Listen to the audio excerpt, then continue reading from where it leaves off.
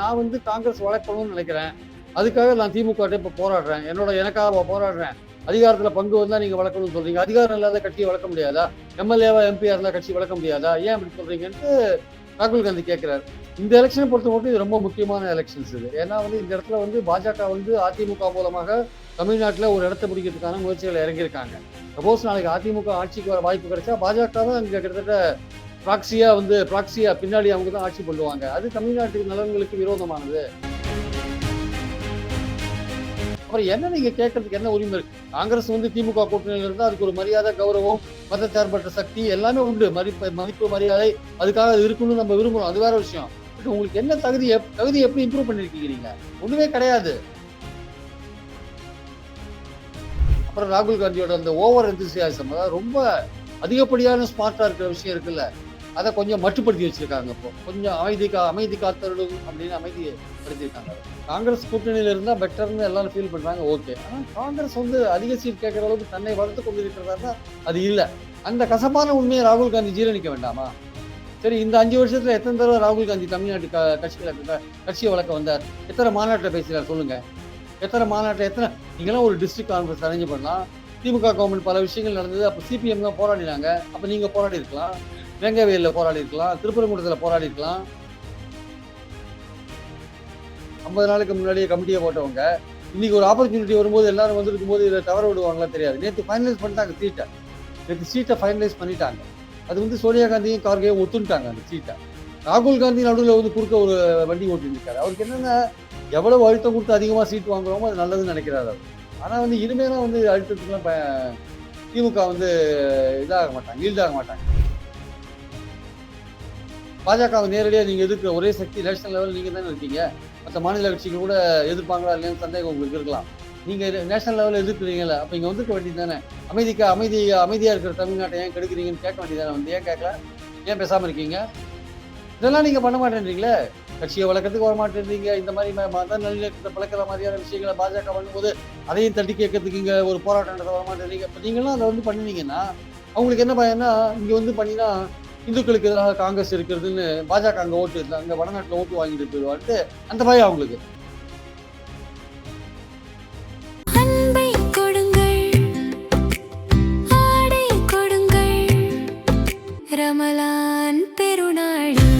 Super Saravana stores.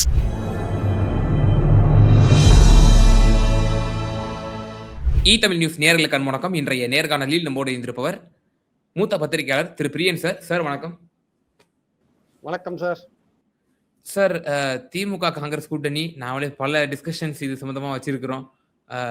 முறியுமா அல்லது இந்த கூட்டணியில் தொடர்ந்து சலசலப்பு நீடித்து கொண்டே வருது, தலைமை வந்து இதுக்கு முற்றுப்புள்ளி வைக்கல அப்படின்ற ஒரு விவகாரம். இப்போ நேற்றைய தினம் திரு சிதம்பரம் அவர்கள் முதல்வர் அவர்களை சந்தித்தார், பேசினார். இன்றைய தினம் இப்போ இந்நேரத்துக்கு வந்துட்டாரு கேசி வேணுகோபால் அவர்கள் சென்னைக்கு. அநேகமாக இன்னும் சிறிது நேரத்தில் வந்து கையெழுத்தாகிடலாம். ராஜ்யசபா அவர்களுக்கு எப்படி வழங்கப்படும், அதே போல தொகுதி பங்கீடு இவையெல்லாம் இன்றைய முடிவாகிவிடும் என்று கருதப்படுகிறது. ஸோ உங்களுக்கு கிடைக்கப்பட்டிருக்கக்கூடிய சோர்சஸ் என்ன சொல்ல வருது சார்? அதாவது வந்து இந்த எலெக்ஷன்ஸ்ல வந்து ராகுல் காந்தி நினைச்சது என்னன்னா வந்து தாவேகாவோட நம்ம சேர்ந்து போனா அதிகமான இடங்கள் வாங்கி காங்கிரஸோட பர்சன்டேஜ் இம்ப்ரூவ் பண்ணலாம். இப்போ பாஜக 11% சொல்லிட்டு இருக்காங்கல்ல போன பார்லிமெண்ட் எலெக்ஷன்ல. அந்த மாதிரி நம்ம இந்த வாட்டி போட்டி போட்டா நம்ம ஒரு 15-20% அந்த மாதிரி ஓட்டு வாங்கலாம். ஒரு 70-80 இடங்களை போட்டி போடலாம். நமக்கு ஒரு 10% வந்ததுன்னா நம்ம அதை சொல்லலாம் இல்லையா? நம்ம அதை சொல்லி அடுத்த எலெக்ஷன்ஸ்ல நம்ம அதிகமான இடங்கள் கூட்டணிக்கு தலைமை தாங்கிற கட்சிகிட்ட கேட்கலாம். நம்மளும் வந்து இடங்கள் குறைவானாலும் பரவாயில்ல, பர்சன்டேஜ் வாங்கலாம், கட்சியை வந்து பல இடங்களுக்கு கொண்டு போக முடியும் நம்ம அப்படின்னு அவர் நினைச்சார். ஆக்சுவலா ரெண்டாவது அந்த பாயிண்ட்டை தான் அவர் வந்து ட்ரை பண்ணி பார்த்தாரு. ஆனா இங்க இருக்கிற காங்கிரஸ்காரங்க இன்னைக்கு யதார்த்த நிலைமையை புரிஞ்சு நம்ம செயல்படணும். நம்ம இது அதுக்கான நேரம் இல்லை. இவங்க வந்து கட்சியை வளர்க்கறது ராகுல் காந்திக்கு ரொம்ப கோவம். நீங்க கட்சியை வளர்த்துதான் நம்ம நல்ல தைரியத்தோட கேட்கலாம். நீங்க கட்சியை வளர்க்கறதுக்கு ஒண்ணும் பண்ண மாட்டேன்னீங்க. எம்எல்ஏ எம்பி பதவிகளுக்கு மட்டும் போட்டி போட்டு வரீங்க. கரெக்டா திமுக கூட்டணியில இருக்கணும், இருந்து பதவிகளை பெறணுன்றதுல மட்டும் ரொம்ப ஆர்வமா இருக்கீங்க. கட்சியை வளர்க்கறதுல என்ன பண்ணீங்க? கடந்த 5 வருஷமா 10 வருஷமா என்ன ப்ரோக்ராம் பண்ணீங்க சொல்லுங்க. எத்தனை ஊர்ல எத்தனை மீட்டிங் பேசுறீங்க? நீங்க எத்தனை மீட்டிங் பேசுறீங்க கேட்கிறாரு. ஒருத்தத்தையும் ஒரு பதிலும் கிடையாது. எத்தனை போராட்டம் நடத்துறீங்க? ஒரு பதிலும் கிடையாது. எத்தனை மெம்பர்ஷிப் டிரைவ் பண்ணீங்க? ஒரு பதிலும் கிடையாது. எத்தனை பாத யாத்திரை போனீங்க? ஒரு பதிலும் கிடையாது. இது மாதிரி இருக்கிறப்போ அவர் என்ன நினைக்கிறாரு, நான் வந்து காங்கிரஸ் வளர்க்கணும்னு நினைக்கிறேன். அதுக்காக நான் திமுக இப்ப போராடுறேன். எனக்காக போராடுறேன். அதிகாரத்துல பங்கு வந்தா நீங்க வளர்க்கணும்னு சொல்றீங்க. அதிகாரம் இல்லாத கட்சியை வளர்க்க முடியாதா? எம்எல்ஏவா எம்பியா இருந்தா கட்சி வளர்க்க முடியாதா? ஏன் அப்படி சொல்றீங்கன்ட்டு ராகுல் காந்தி கேட்கிறாரு. அவர் கேட்கறது அவர் பாயிண்ட்ல இருந்து கரெக்ட். ஆனால் இந்த எலெக்ஷனை பொறுத்த மட்டும் இது ரொம்ப முக்கியமான எலெக்ஷன்ஸ் இது. ஏன்னா வந்து இந்த இடத்துல வந்து பாஜக வந்து அதிமுக மூலமாக தமிழ்நாட்டுல ஒரு இடத்தை பிடிக்கிறதுக்கான முயற்சிகள் இறங்கியிருக்காங்க. சப்போஸ் நாளைக்கு அதிமுக ஆட்சிக்கு வர வாய்ப்பு கிடைச்சா பாஜக தான் இங்க கிட்டத்தட்ட ப்ராக்சியா பின்னாடி அவங்க தான் ஆட்சி பண்ணுவாங்க. அது தமிழ்நாட்டு நலன்களுக்கு விரோதமானது. அது தமிழ்நாட்டை வந்து ரொம்ப மோசமான பாதைகளுக்கு கொண்டு செல்லும். அதனால இந்த எலெக்ஷன்ல வந்து நீங்க மதவாத சக்திகளை எதிர்த்து எல்லா மத நல்லிணக்க சக்திகள் ஒன்றுபட வேண்டிய அவசியம் இருக்கு. நீங்க சொல்றதெல்லாம் கரெக்ட் தான். பட் இந்த எலெக்ஷன் கொஞ்சம் வித்தியாசமான எலெக்ஷன். திமுக நம்ம அதிக சீட்டுகள் பெறலாம். ஆட்சியில கூட பங்கு கேட்கலாம். இழுவரி நிலைமை வந்தா அவங்க ஆட்சியில பங்கு கொடுத்தே தீருவாங்க. அது வேற விஷயம். ஆனால் அதற்காக நம்ம கூட்டணியை பிரித்துக் கொண்டு போக வேண்டாம் என்று ஒவ்வொரு எம்எல்ஏவும் சொல்லியிருக்காங்க. ஒவ்வொரு எம்எல்ஏவும் கேசி வேணுகோபால் 2 நாள் முன்னாடி போன் பண்ணும்போது திமுகவோட போலாங்க. பட் அதிக சீட் கேட்கலாம். அதுக்கு கூட்டணியை வந்து விட்டு போக வேண்டிய அவசியம் இல்லை. என்ன வெற்றி பெறதுக்கான வாய்ப்பு என்ன இருக்கு தாவேக்காவுக்கு? தாவேக்காவுக்கு எப்படி வெற்றி பெற முடியும்னு நினைக்கிறீங்க? அவங்க எத்தனை சீட் பெற முடியும்னு நினைக்கிறீங்க? நமக்கு 70 சீட் கொடுத்தா கூட நம்ம 7 சீட் வின் பண்ணுவோமா அதுல? அதுக்கான வாய்ப்புகள் ரொம்ப கம்மி. 2வது அவர் பாஜக எதிர்ப்பாருன்றது என்ன நிச்சயம் இருக்கு? பாஜக கடுமையா எதிர்ப்பாரு. இன்னைக்கு அவர் பாஜக பேரையே சொல்ல மாட்டேன்றாரு. மீனவர்கள் இஷ்யூல பாத்தீங்கன்னா முதல்வர் கடிதம் எழுதுறாரு. கடிதம் எழுதினா மட்டும் போருமான்னு விஜய் கேட்கிறாரு. கொஞ்சமாவது ஒரு அடிப்படையான விஷயம் அவருக்கு தெரியுதா? ஸ்ரீலங்கா கவர்மெண்டோட யார் பேச முடியும்? மத்திய அரசு தான் பேச முடியும். மாநில அரசு கடிதம் தான் எழுத முடியும். அப்போ மத்திய அரசு ஏன் பேசி அந்த மீனவர்கள் தாக்குதலை தடுத்து நிறுத்த மாட்டேங்குது? ஏன் சார் மாநில அரசு சிஎம் கடிதம் எழுதியிருக்காரு. மத்திய அரசு ஏன் தூக்கி கொண்டிருக்கிறார்? ஏன் தடுக்க மாட்டேன்றா? ஏன் ஸ்ரீலங்கா கவர்மெண்ட் வந்து பேசி வந்து அதுக்கு ஒரு செட்டில்மெண்ட் ஏன் கொண்டு வர மாட்டேன்றீங்க? மீனவர்கள் தாக்கப்படுறதையும் தடுக்க மாட்டேன்றீங்கன்னு மத்திய அரசை கேட்கணுமா இல்லையா? நீங்க நியாயமா இருந்தா எப்படி கேட்கணும்? மத்திய அரசு கேட்கணுமா இல்லையா? நீங்களே முதல்வராக இருந்தா கூட விஜயே முதல்வராக இருந்தா ஒருவேளை சீமான் ஸ்பீச்சஸ் நிறைய கேட்டிருப்பாரு போல. அவர் பேச்ச கேட்டு சார் யாரா இருந்தாலும் அப்படிதான் சார் பண்ண முடியும். ஒரு சிஸ்டத்துக்குள்ள நீங்க உட்காந்துட்டீங்கன்னா வெளியில என்ன வேணா பேசலாம். அதான் அண்ணா சொன்னார் ஒரு தடவை, எதிர்கட்சியா இருக்கிறதுல எப்படின்னு தெரியுமா? வந்து உங்களுக்கு வந்து வெறுங்கை ஆட்டின்னு போற மாதிரி, கையில கரண்டி ஆட்டின்னு போற மாதிரி, கரண்டியில ஒண்ணுமே இருக்காது. ஆட்சியில இருந்தீங்க வச்சுக்கோங்க, கரண்டியில எண்ணெய் இருக்கும். அப்ப நீங்க மெதுவா தான் நடந்து போகணும். கை ஆட்டின்னு போனீங்கன்னா எண்ணெய் கீழே கொட்டிடும். ஏதோ ஒரு சிஸ்டத்துக்குள்ள நீங்க ஆபரேட் ஆறீங்க. அந்த சிஸ்டத்துக்கு தான் செய்ய முடியும். மத்திய அரசு ஆக்ஷன் எடுக்காத இருக்கிற மத்திய அரசை பார்த்து ஒரு கேள்வி கேட்கறதுக்கு விஜய்க்கு வந்து துணிச்சல் கிடையாது. அவர் வந்து மாநில அரசு லெட்டர் எழுதி என்ன போறதுன்னு கேட்டாங்க அர்த்தம். இவ்வளவு கடிதங்கள் எழுதினாரே மாநில அரசு எழுதிட்டு நீங்க என்ன பண்ணீங்கன்னு ஒரு வார்த்தை கேட்கிறாரா விஜய்? அடிப்படை விஷயமே தெரியல. நீங்க நாளைக்கு உட்காந்தாலும் உங்களுக்கு இதே கைதான். அது அவர் புரிஞ்சுக்காத ஒரு பாட்டுக்கு ஏதோ எதிர்க்கு இருக்கிற ரசிகர்களுக்கு ஒண்ணுமே தெரியாது. அவங்களுக்கு இன்கம் டாக்ஸ் ஸ்டேட் கவர்மெண்ட்ல இருக்கா, சென்ட்ரல் கவர்மெண்ட்ல இருக்கான்னு கூட அந்த ரசிகர்களுக்கு தெரியல. அந்த மாதிரி ரசிகர்கள்ட்ட அவர் பேசிட்டு இருக்காரு அவர் ஆக்சுவலா. அது ஒரு பக்கம் தனி விஷயம். அதனால வந்து கதை கட்ட போறதுல என்ன பிரயோஜனம் இருக்கு? நம்ம வின் பண்ண முடியாது. பாஜக எதிர்ப்புன்றது கேள்விக்குறியா இருக்கு. அவருடைய ஜனநாயகம் படத்துக்கே அவர் பேச மாட்டேங்கிறாரு. இன்னைக்குதான் ஜனநாயகம்னு வாயே திறந்திருக்காரு. இந்த மாதிரி இருக்கும்போது நம்ம ஏன் போகணும்? அது தாவேக்காக்கு போறது தற்கொலை பண்ணிக்கிற மாதிரின்னு காங்கிரஸ்ல இருக்கிற கோபண்ணா உட்பட எடுத்து பேசுறதை நம்ம பார்த்தோம் நம்ம. அதனால ராகுல் நினைச்சது சரிதான். கட்சியை வளர்க்கணும் அப்படின்னு நினைச்சது சரிதான். தாவேக்காவோட போனா அதிக இடங்கள் வாங்கலாம், நிறைய இடங்கள்ல கட்சியை கொண்டு போகலாம், எல்லாமே கரெக்ட்.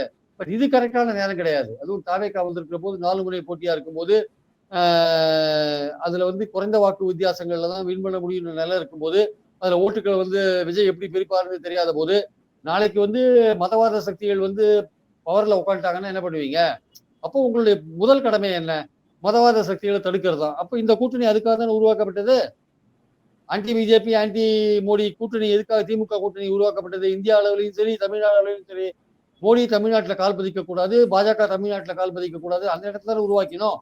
அந்த எண்ணத்துக்கு முரணாக நீங்க வந்து தாவேக்காவோட சேர்ந்து நாளைக்கு வந்து அதிமுக ஏதோ ஒரு கட்டத்துல ஏதோ வந்து ஆட்சிக்கு வந்துட்டுனா நாளைக்கு அப்புறம் யார் வந்து தமிழ்நாட்டோட எதிர்காலம் என்ன ஆகுது? இங்க திருப்பரங்குன்றத்தை வச்சே பெரிய பிரச்சனை பண்ணிட்டு இருக்காங்க. நாளைக்கு அப்புறம் ஒவ்வொரு ஊர்லயும் பிரச்சனை பண்ணுவாங்கல்ல. அதனால வந்து அந்த அடிப்படையில தான் காங்கிரஸ்காரங்க என்ன சொல்றாங்க, திமுகவோட போனா வெற்றி நமக்கு வாய்ப்புகள் இருக்கு. திமுக கவர்மெண்ட் மேல வெறுப்பு இருக்கு மக்கள்கிட்ட. ஆனா ஆட்சியை அகற்றணும்ன்ற அந்த வெறி கிடையாது யாருக்கையும். அதே சமயம் திமுக பல நல்ல விஷயங்கள்லாம் பண்ணியிருக்காங்க. இப்ப தேர்தல் நோக்கி போகும்போது பல விஷயங்கள் பண்றாங்க அவங்க. அது வந்து அவங்களுக்கு அட்வான்டேஜா போகும். ஆனா இந்த தடவை நம்ம அவங்களோட போறது பெட்டரு. இருக்கிற 18 எம்எல்ஏ நம்ம 20 எம்எல்ஏவை மாத்தலாம் அப்படின்னு சொல்லவே தான் அங்க போய் சேர்ந்திருக்காங்க. 28+1 கொடுக்கறதா சொல்லுங்க. 27+1 28+1 இன்னும் ஒரு 10 நிமிஷத்துல நம்ம தெரிஞ்சுக்கலாம் வச்சுக்கோங்க. ஸோ அந்த மாதிரி போயிட்டு இருக்கும்போது அந்த கூட்டணி வந்து கடைசியில சிதம்பரம் பேசி ஃபைனலைஸ் ஆயிருக்குன்றதை நம்ம பாக்குறோம் நம்ம. அதனால இந்த வாட்டியை வந்து ராகுல் காந்தி நினைச்சது சரி. ஆனா அதுக்கு காங்கிரஸ் வந்து கிரவுண்ட்ல வந்து ஒரு வருஷத்துக்கு முன்னாடியே தயார் பண்ணல அவரு. அது தயார் பண்ணது எலெக்ஷன் போது வந்து கூட்டணிக்கு தலைமை தாங்கிற கட்சிகிட்ட நீ அதிக சீட் கொடு, அதிக சீட் கொடுன்னு கேட்கறதுல அர்த்தம் இல்ல. கட்சியை வளர்த்துட்டு நீ கேட்டீங்கன்னா பரவாயில்ல. திருப்பரங்குன்றத்துல மோடிக்கு எதிராக நீங்க கோஷம் போடுறீங்க காங்கிரஸ்காரங்க. எத்தனை பேர் போடுறாங்க? 7 பேர் போடுறாங்க, 8 பேர் போடுறாங்க. அது யாரோட தொகுதி? மாணிக் தாக்கூர் தொகுதி. ஒரு 1000 பேரை திரட்டி உங்களால ஒரு போராட்டம் நடத்த முடியல. நீங்க 7 பேரை வச்சு போராட்டம் நடத்துறீங்க. அப்புறம் என்ன நீங்க கட்சி நடத்துறீங்க திருப்பரங்குன்றத்துல? அப்புறம் என்ன நீங்க கேட்கறதுக்கு என்ன உரிமை இருக்கு? காங்கிரஸ் வந்து திமுக கூட்டணியில இருந்தா அதுக்கு ஒரு மரியாதை, கௌரவம், மதச்சார்பற்ற சக்தி எல்லாமே உண்டு. மதிப்பு, மரியாதை அதுக்காக அது இருக்கணும்னு நம்ம விரும்புறோம். அது வேற விஷயம். பட் உங்களுக்கு என்ன தகுதி எப்படி இம்ப்ரூவ் பண்ணிருக்கீங்க நீங்க? ஒண்ணுமே கிடையாது. அது வந்து ஒரு நீங்க இருந்தீங்கன்னா ஒரு கௌரவம்ன்ற முறையில அவங்க சேர்க்கறாங்க. ஒரு ரெஸ்பெக்ட்ன்ற முறையில சேர்க்கறாங்க. அதுக்கு ஒரு அங்கீகாரம்ன்ற முறையில சேர்க்கறாங்க. பெர்செப்ஷன் ரேஞ்சில அந்த கூட்டணி ஆன்டி பிஜேபி கூட்டணி பலமா இருக்குன்னு நினைச்சு மக்கள் ஓட்டு போடுவாங்கன்னு சேர்க்கறாங்க உங்கள. அதை நீங்க வீக் பாயிண்டா எடுத்து நீங்க பாட்டு உங்க கேட்கிற எண்ணிக்கை அதிகப்படுத்தலாமா? ஸோ அதெல்லாம் உணர்ந்து தான் சிதம்பரம் போன்றவர்கள் எல்லாம் பேசி அது சோனியா காந்திட்ட விளக்கி அப்புறம் ராகுல் காந்தியோட அந்த ஓவர் எந்தூசியாசம், அதாவது ரொம்ப அதிகப்படியான ஸ்மார்ட்டா இருக்கிற விஷயம் இருக்குல்ல, அதை கொஞ்சம் மட்டுப்படுத்தி வச்சிருக்காங்க. இப்போ கொஞ்சம் அமைதி காத்தருளும் அப்படின்னு அமைதிப்படுத்திருக்காங்க. சார் அப்போ ராகுல் காந்தி இப்ப கடைசி வரைக்கும் டிவிக்கு கூட போகலாம், நம்ம கட்சியை வளர்ப்போங்கிற ஒரு மனநிலையில இருந்திருக்கிறாரு. இல்ல அது ஒரு தற்கொலை முயற்சி ஆயிடும். இப்ப அது இந்த முடிவு எடுக்க கூடாது நம்ம. நம்ம வந்து தமிழ்நாட்டுல வந்து பேஸ் இருக்கணும். அதே போல பிஜேபி கால் ஒன்று விடக்கூடாதுன்னா, நம்ம நிச்சயமா திமுக கூட தொடரணும் அப்படின்னு சொல்லி சோனியா காந்தி அம்மையார் இன்டர்ஃபியர் பண்ணி தான் இப்ப இந்த முடிவுக்கு வந்திருக்கா? எஸ், சோனியா அண்ட் கார்கே 2 பேரும் இன்டர்ஃபியர் பண்ணியிருக்காங்க உள்ள. ஏன்னா 2-3 நாள் முன்னாடி ஒரு முட்டுக்கட்டை வந்துடுச்சு, ஒரு பிளாக் வந்துடுச்சு, டெட்லாக் வந்துடுச்சு. அது எப்படி உடைக்கிறதுன்னு யாருக்குமே தெரியல. அந்த சமயத்துல தான் வந்து கனிமொழி போன்றவர்கள்லாம் மறுபடியும் கான்டாக்ட் எஸ்டாப்ளிஷ் பண்ணி பேசியிருக்காங்க. நல்ல வேளையா இந்த ராஜ்யசபா எலெக்ஷன் வந்தது. நாளைக்கு லாஸ்ட் டேட் மனு தாக்கல் பண்றதுக்கு. அது வந்ததுனால ஒரு ராஜ்யசபா கொடுக்குறோம்னு சொன்னதுனால அவங்க ஃபைனலைஸ் பண்ண வேண்டிய கட்டாயத்துக்கு தள்ளப்பட்டாங்க. அந்த இடத்துல வந்து காங்கிரஸ் மேலிடம் சோனியா காந்தியும் கார்கேவும் இல்ல, அது கார்கே போட்ட ட்வீட்ல இருந்தே பார்க்கலாம். ஸ்டாலினுக்கு போட்ட வாழ்த்துல இருந்து டுகெதர் பி அப்படின்னு போட்டிருப்பாரு. நம்ம 2 பேரும் சேர்ந்து அரசியல் சட்டத்தின் மாண்பை காப்போம் அப்படின்னு தான் அவர் போட்டிருப்பார். நாம் இருவரும் சேர்ந்து காப்போம் அப்படின்ற மாதிரி போட்டிருப்பார். இவர் தான் பிரதர்னு கூட போடல அவர் ராகுல் காந்தி. அவருக்கு கோவம் வந்துருச்சு. அவருக்கு நம்ம கேட்கற சீட்டை கொடுக்கலன்ட்டு அவர் கோவம் வந்துருச்சு. ஆனா கோவம் வந்து ஒரு நியாயத்தோட ஒரு கோவம் இருக்கணும். அந்த நியாயம் இல்லாத கோபம் வந்து எடுபடாது. ஆக்சுவலா நியாயம்னா காங்கிரஸ் கூட்டணியில இருந்தா பெட்டர்னு எல்லாரும் ஃபீல் பண்றாங்க. ஓகே. ஆனா காங்கிரஸ் வந்து அதிக சீட் கேட்கிற அளவுக்கு தன்னை வளர்த்து கொண்டிருக்கிறதா அது இல்ல. அந்த கசப்பான உண்மையை ராகுல் காந்தி ஜீரணிக்க வேண்டாமா? சரி, இந்த 5 வருஷத்துல எத்தனை தடவை ராகுல் காந்தி தமிழ்நாட்டு கட்சியை வளர்க்க வந்தார்? எத்தனை மாநாட்டில் பேசுறாரு சொல்லுங்க? எத்தனை நீங்களாம் ஒரு டிஸ்ட்ரிக்ட் கான்ஃபரன்ஸ் அரேஞ்ச் பண்ணலாம். திமுக கவர்மெண்ட் பல விஷயங்கள் நடந்தது. அப்ப சிபிஎம் தான் போராடினாங்க. அப்ப நீங்க போராடி இருக்கலாம். வெங்கவேலில போராடி இருக்கலாம். திருப்பரங்குன்றத்துல போராடி இருக்கலாம்.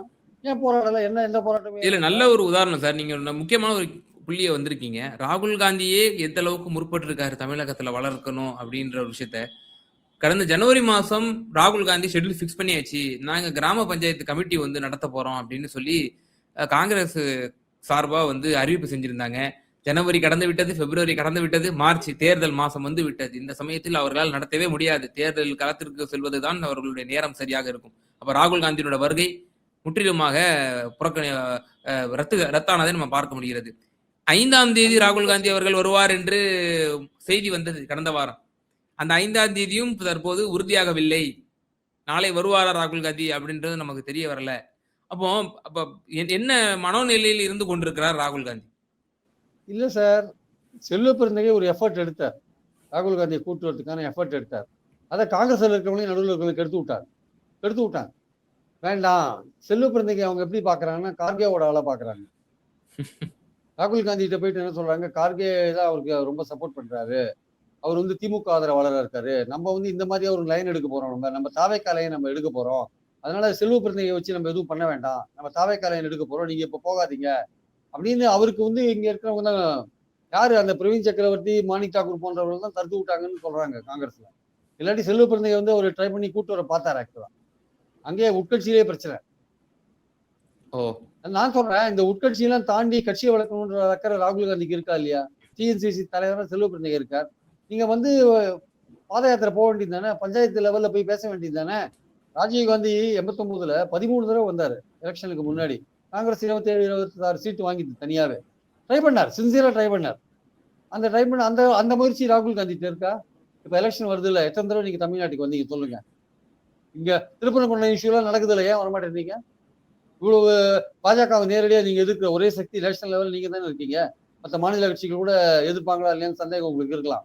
நீங்க நேஷனல் லெவலில் எதிர்க்கிறீங்கல்ல, அப்ப இங்க வந்துக்க வேண்டியது தானே. அமைதியா இருக்கிற தமிழ்நாட்டை ஏன் கெடுக்கிறீங்கன்னு கேட்க வேண்டியதானே. வந்து ஏன் கேட்கல? ஏன் பேசாம இருக்கீங்க? இதெல்லாம் நீங்க பண்ண மாட்டேன்றீங்களே. கட்சியை வளர்க்கறதுக்கு வர மாட்டேன்றீங்க. இந்த மாதிரி மத நல்லிணக்கத்தை பழக்கிற மாதிரியான விஷயங்களை பாஜக பண்ணும்போது அதையும் தட்டி கேட்கறதுக்கு இங்க ஒரு போராட்டம் நடத்த வர மாட்டேன்றீங்க. இப்ப நீங்களும் அதை வந்து பண்ணினீங்கன்னா அவங்களுக்கு என்ன பயம்னா, இங்க வந்து பண்ணினா இந்துக்களுக்கு எதிராக காங்கிரஸ் இருக்கிறதுன்னு பாஜக அங்க அங்க வடநாட்டுல ஓட்டு வாங்கிட்டு போயிடுவான்ட்டு அந்த பயம் அவங்களுக்கு. நீ ஓட்டு பயத்தோட நீங்க செயல்பட்டீங்கன்னா எப்படி சார் நீங்க அப்போ உங்க பிரின்சிபிள்டா கொள்கை ரீதியா நீங்க இருக்க முடியும்? ஓட்டு ஒரு முக்கியமான விஷயம். ஆனா அதுக்குன்னு சில இஷ்யூஸ் நீங்க பேசி தர வேண்டிய கட்டாயம் இருக்குல்ல. எல்லா விஷயத்திலையும் பேசாத இருக்க முடியாதுல்ல. நமக்கு இந்துக்களோட ஓட்டு போயிடும்னு சொல்லிட்டு சில விஷயங்களை பேசாத இருந்தீங்கன்னா அப்போ உங்க கொள்கை என்ன இருது? மத நல்லிணக்கத்தை கொள்கை என்ன இருது? அதனால ராகுல் காந்திட்டையும் பிரச்சனை இருக்கு. ராகுல் காந்திட்ட ஒரு ஆர்வம் இருக்கு. காங்கிரஸை வளர்க்கணும்ன்ற ஆர்வம் இருக்கு. ஆனா அதுக்கான செயல்பாடுகள் இல்ல. தமிழ்நாட்டில் இருக்கிற எம்பிக்களும் எம்எல்ஏக்களுக்கும் அந்த எண்ணம் இல்ல. தேர்தல் வரும்போது எனக்கு அதிக இடம் கொடு, இருக்கிற எம்எல்ஏக்களே அதே மறுபடியும் சீட்டை வாங்கிக்கின்னு, இல்ல இருக்கிற பழைய தலைவர்களோட பசங்க சீட்டை வாங்கிக்கின்னு இதே மாதிரியான ஒரு விஷயத்த பண்ணிட்டு இருக்காங்க. திமுக அவங்களுக்கு கோவம் வருது. பூத் லெவலில் வேலை செய்யறதுக்கு ஆள் இல்லைன்னு சொன்னா கோவம் வருது. உண்மை அதுதான். இன்னைக்கு ஒருத்தட்ட பேசிட்டு இருந்தேன். இந்த திண்டிவனம் பக்கத்துல அந்த பக்கத்துல இருக்கிற ஒரு தொகுதியை சேர்ந்தவர். அவர் சொல்றாரு, சார் எங்க தொகுதியில எங்க ஒன்றியத்துல என்னால வந்து இங்க இருக்கிற காங்கிரஸ்காரங்க பேர் சொல்ல முடியும் சார். கரெக்டா 20 பேரை நான் சொல்லுவேன். அதை தவிர இங்க 21வது காங்கிரஸ்காரன் நீங்க காட்டினீங்கன்னா நான் உங்களுக்கு 1000 ரூபாய் தரேன்றாரு. அவர் சொல்றாரு சார், அந்த திமுக காரர் சொல்றாரு, நான் வந்து 20 காங்கிரஸ்காரர் பேரை சொல்றேன். நானே சொல்லுவேன் தமாஷா, உங்களெல்லாம் ஒரு குட்டியா நிலையத்தின் மூலம் போறோம், அவ்வளவுதான் நீங்க இருக்கீங்க. இந்த ஒன்றியத்துல அவ்வளவுதான் இருக்காங்க. ஒரு ஒன்றியத்துல 20 காங்கிரஸ்காரங்க தான் இருக்காங்கன்னா அப்போ அங்க இருக்கிற 277 பூத்துல வந்து எந்த இடத்துல அவங்க போய் உட்காருவாங்க? ஒரு 277 பேராவது இருக்க வேண்டாமா? ஒரு ஒன்றியத்துல அவ்வளவுதான் இருக்காங்கன்னா என்ன பண்றது? எதுக்கு சொல்ல வரேன்னா, நம்ம கிரவுண்ட் லெவல்ல பாக்குறோம். பூத் லெவல்ல ஆளுங்க இல்ல காங்கிரஸுக்கு. திமுக தான் உழைக்கிறாங்க. அதெல்லாம் புரிஞ்சுட்டு வந்து காங்கிரஸ் வேலை செய்யணும். காங்கிரஸ் இருக்கிறதுனால கூட்டணிக்கு ஒரு மதிப்பு கூடுது, வேல்யூ ஆட் ஆகுது, மத நல்லிணக்க சக்திகள் ஒன்றாகுது, மைனாரிட்டிகளுக்கு ஒரு நம்பிக்கை வருது, எல்லாம் கரெக்ட். ஆனா அதிகமா கேட்கும்போது உங்களுடைய சக்தியை நீங்க இம்ப்ரூவ் பண்ண வேண்டாமா? ராகுல் காந்தியோட நோக்கத்தை பாராட்டுறேன், செயல்பாடுகள் ஜீரோ. சார் இப்போ இன்னைக்கு வேணுகோபால் வந்திருக்காரு. இப்போ ராஜ்யசபா மட்டும் இன்னைக்கு முடிவாகுமா? ஃபர்தரா சீட் ஷேரிங் வந்து நெகோசியேஷன் இன்னும் போகுமா? அந்த டேட் அனௌன்ஸ்மெண்ட் வரைக்கும் போகுன்ற மாதிரி பலரும் கருத்து சொல்றாங்களே. ராஜ்யசபா தான் இப்ப முடிவாகும் அப்படின்றாங்க. நீங்க எப்படி பாக்குறீங்க? உங்களுக்கு கிடைக்கப்பெறக்கூடிய தகவல் என்னவா இருக்கு? இது ரொம்ப முக்கியமான விஷயம். அதாவது நேத்து வந்து அவங்க அசெம்பிளி தொகுதியெல்லாம் பேசிட்டாங்க. ராகுல் காந்தி இன்னும் கட்டையை போடுறாராம். நீங்க ராஜ்யசபா ஃபைனலைஸ் பண்ணுங்க, இன்னும் நம்ம தொகுதியை இன்க்ரீஸ் பண்ணி கேட்கலாம்னு சொல்லிட்டு இருக்காராம் அவரு. அப்ப ராஜ்யசபா மட்டும் நீங்க முடிச்சிட்டு வாங்க, நாம வந்து சீட்டு நம்ம இன்னும் தள்ளி போட்டு பேசுவோம் சொல்லியிருக்காரு அப்படின்னு சொல்றாங்க. காத்தால கேள்விப்பட்ட செய்தி. ராஜ்யசபா மட்டும் முடிச்சுட்டு வாங்க. ஆனா ஒட்டுமொத்த டீமே வந்திருக்கு. இந்த சோடங்கர்ல இருந்து வேறு பல அந்த குழுவோட மெம்பர்ஸ் பல பேர் இருக்காங்க. கர்நாடகால இருந்து 2 பேர் வராங்க. அவங்க எல்லாரும் வந்திருக்காங்க. அதனால வந்து சட்டமன்ற தொகுதிகளும், ஏன்னா காங்கிரஸை ஃபைனலைஸ் பண்ணாதான் மற்ற கட்சிகள்லாம் ஃபைனலைஸ் பண்ண முடியும்.